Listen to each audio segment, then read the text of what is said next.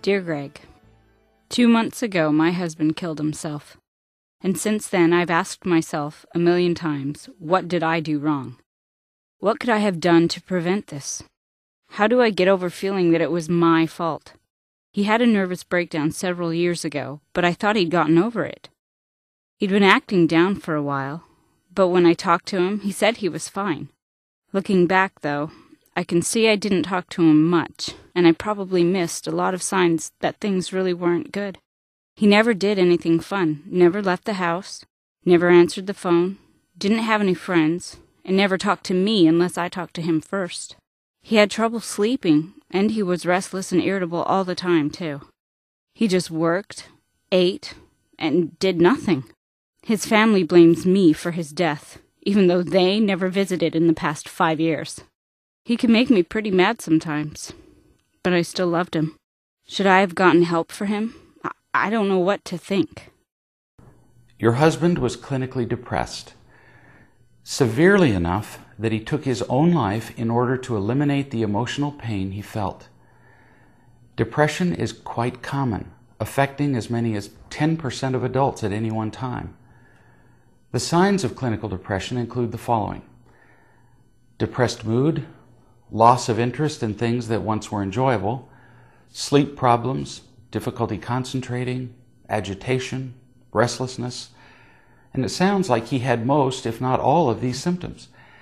And if you had been sufficiently aware of them, you might have taken action earlier and might have been able to get him the help that could have saved his life. But that's like saying that if you'd had wings, you could have flown. You can't be expected to act on knowledge you didn't have.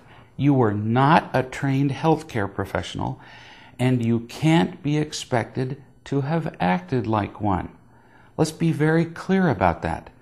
You were not familiar with depression and did not know enough to help him.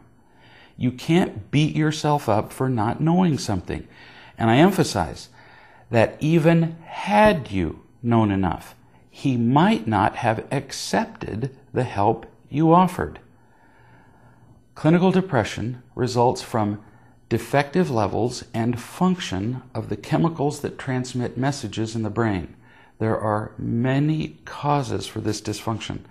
Some people are depressed solely because of an inherited abnormality that leads to insufficient quantities of important brain chemicals.